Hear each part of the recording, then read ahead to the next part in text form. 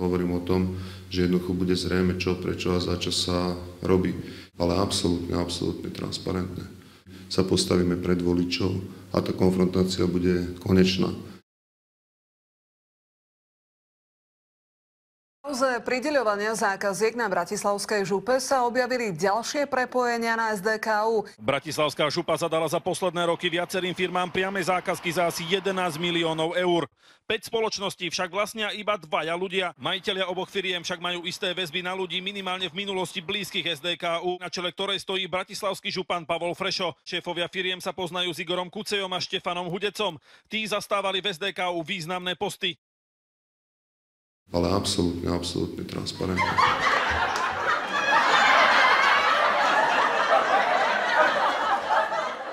Ale v každom prípade za nás hovorí tá robota, ktorú sme urobili. Teda, to muselo dát příšernou práci.